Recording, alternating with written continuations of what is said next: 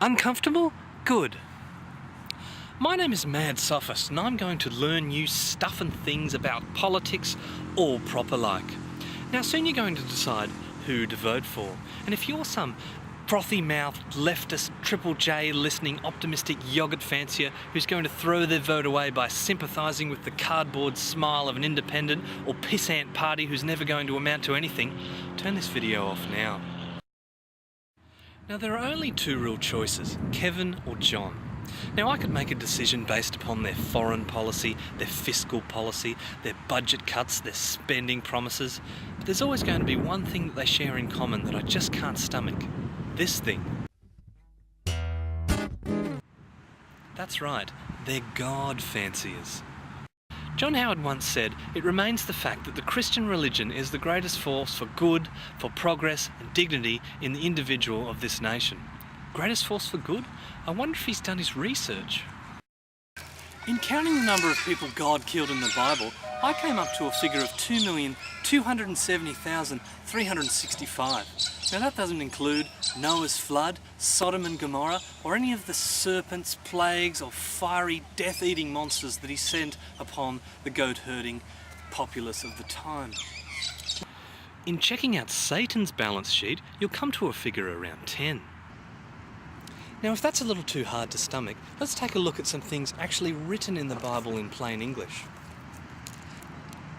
If a man is caught in the act of raping a young woman who is not engaged, he must pay her father 50 pieces of silver, a princely sum.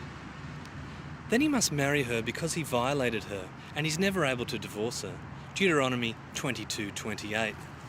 Now people say that John Howard's too old and too out of touch, but here's an example of him aligning himself with some really progressive thinking individuals. Now let's not just pick on John. What about Kevin?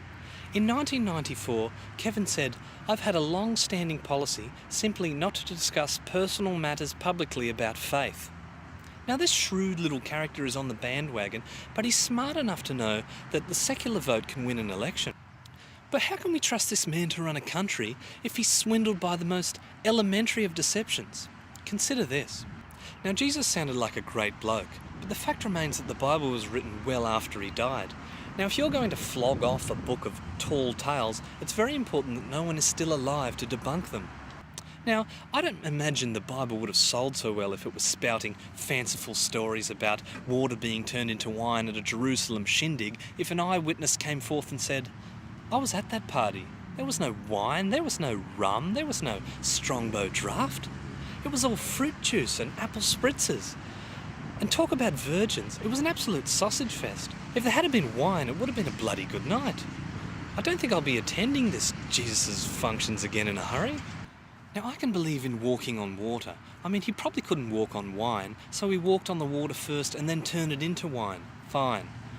I can also believe that he fed hundreds of men with a few loaves and a Spanish mackerel, although that story would have been harder to believe if the Jerusalem Morning Herald's food and wine editor had come forth and written, "The marriage of bread and fish was a combination most uninviting to the palate." But what I can't understand that Kevin and John believe is the fact that Jesus was a carpenter. I mean, now this is supposed to be his occupation, but the Bible makes no mention of it at all. I mean, when was the last time you heard about his entertainment units, his decorative bookends? I mean, did he make anything at all?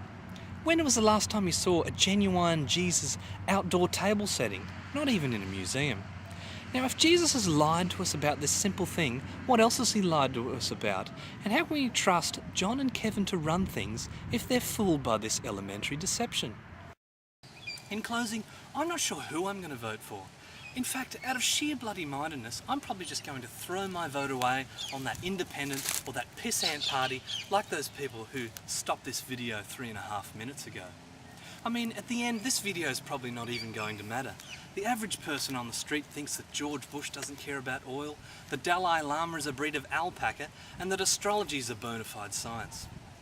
I guess I'm going to see you at the polls, but just remember, your anger is a gift.